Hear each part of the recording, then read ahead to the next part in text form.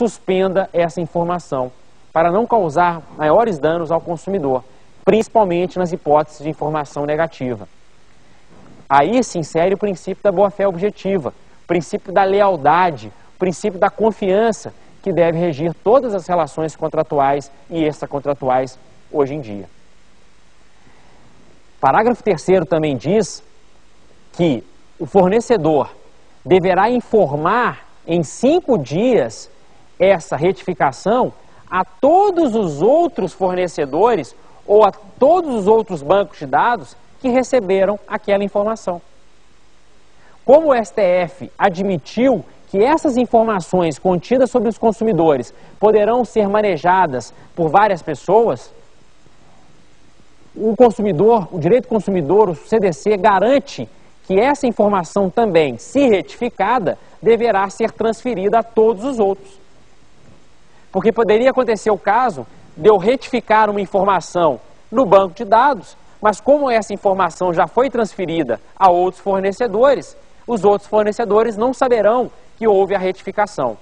Então é um direito e é um dever aqui específico dos arquivos de consumo, quando retificar alguma informação, informar os terceiros para quem ele transferiu essa informação que houve essa retificação.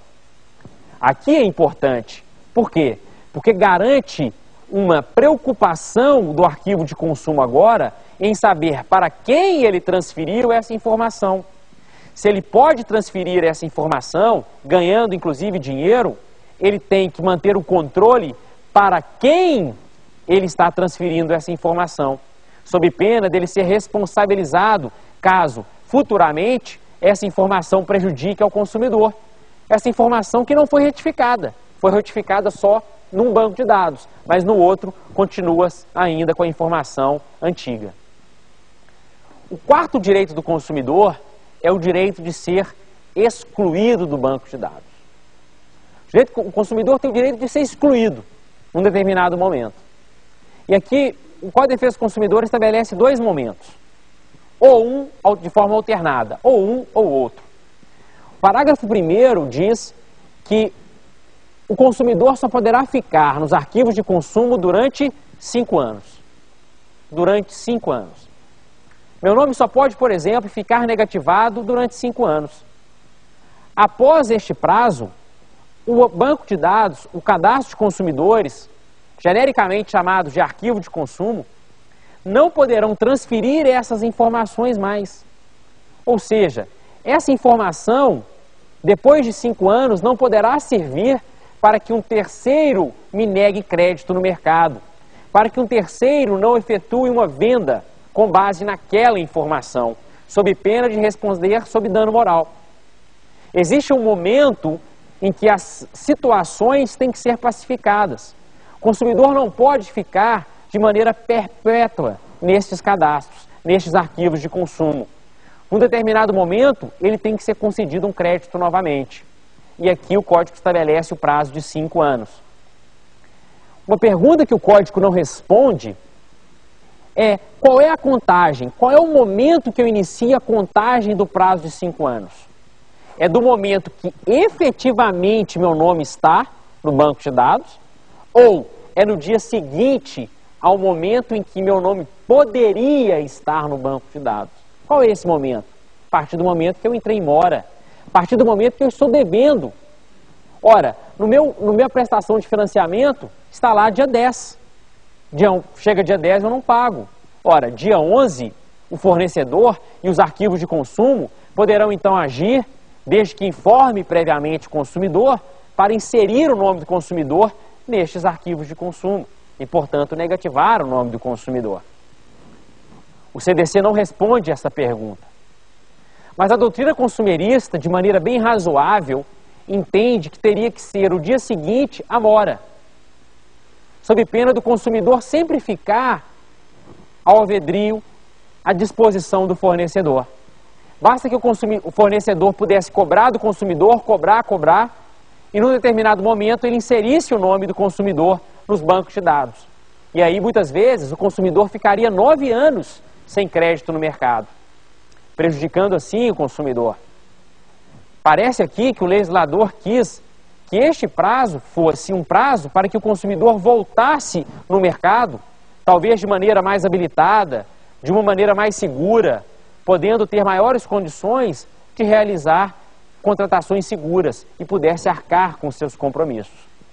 Mas vejam, não há uma unanimidade em relação a este prazo.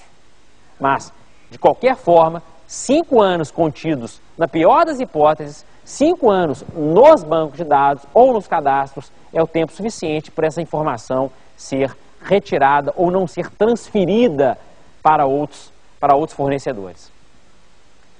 A segunda hipótese do direito de exclusão está contida no parágrafo 5º do artigo 43. Isso ocorre quando ocorrer a prescrição da ação de cobrança. Está aí no parágrafo 5º. Consumada a prescrição relativa à cobrança de débitos do consumidor, não serão fornecidas pelos respectivos sistemas de proteção ao crédito quaisquer informações que possam impedir ou dificultar novo acesso ao crédito junto ao fornecedor. Vejam, o legislador está preocupado aqui em que ele tem uma nova opção, o consumidor tem uma nova opção de ter crédito no mercado. Para isso, então, ele fixou 2 marcos. Ou parágrafo 1º, prazo de 5 anos, ou parágrafo 5º, quando estiver prescrita a ação de cobrança. Se o fornecedor não pode cobrar mais aquela dívida, também ele não pode informar a terceiros que o consumidor está inadimplente, porque ele perdeu o que nós chamamos de pretensão. Ele não pode mais exigir a dívida. Embora ele continue com o direito subjetivo, ele continue podendo receber a dívida, porque ele tem o direito subjetivo, mas ele não tem o que nós chamamos de pretensão, que é aquele instrumento, aquela arma que ele tem para poder exigir do devedor a quantia. Ele não tem mais a pretensão. Por quê? Porque está prescrito. Então, se não pode mais cobrar, também não pode mais informar a terceiros sobre aquela informação. Ou ele não pode mais se valer daquela informação para negar um crédito para o consumidor. É de maneira alternada. É um ou outro. O que acontecer primeiro? Meu nome pode estar no SPC há 3 anos só que já prescreveu a ação. E aí, se prescreveu, também meu nome não poderá ser transferido para terceiros. Então aqui o legislador garante 2 formas. O que acontecer primeiro? O direito de ser excluído dos bancos de dados. O STJ chegou a analisar um caso julgado pelo Tribunal de Justiça do Rio Grande do Sul. O artigo 206, parágrafo 3º, inciso 8º do Código Civil, do novo Código Civil, alterou alguns prazos de prescrição. E o artigo 206, parágrafo 3º, inciso 8º, inseriu que os títulos de crédito não contidos em leis especiais seriam prescritos em 3 anos. O TJ do Rio Grande do Sul entendeu agora que se prescreve em 3 anos, não seriam mais 5. Ou seja, sempre que estariam 3 anos, que se passassem 3 anos, como prescreveriam então todos os títulos, e portanto não poderiam mais, o fornecedor não poderia mais exigir esse título, então o consumidor teria que sair do banco de dados ou do cadastro. E o TJ do Rio Grande do Sul começou a tirar ou a exigir que se tirasse os nomes dos consumidores com apenas 3 anos. Essa questão foi decidida pelo STJ. O STJ disse que, muito embora essa ação foi considerada prescrita em 3 anos, mas quando o parágrafo 5º diz ação de cobrança, ela entende-se de maneira ampla. Ou seja, qualquer ação poderá ser pleiteada pelo fornecedor. Uma ação de locupletamento ilícito, uma ação de cobrança pelos ritos ordinários e não somente a ação executiva. Então, a questão é, se o fornecedor tem qualquer meio ainda para executar aquele título, ainda que não seja aquela ação executiva específica, não considera-se prescrito para fins de retirar o nome do consumidor do SPC ou do Serasa. O STJ, nesse aspecto, então, súmula 323, que o consumidor poderá ficar no máximo 5 anos nesses órgãos e considerados arquivos de consumo, através da súmula 323 do STJ. Então nós temos 4 direitos do consumidor.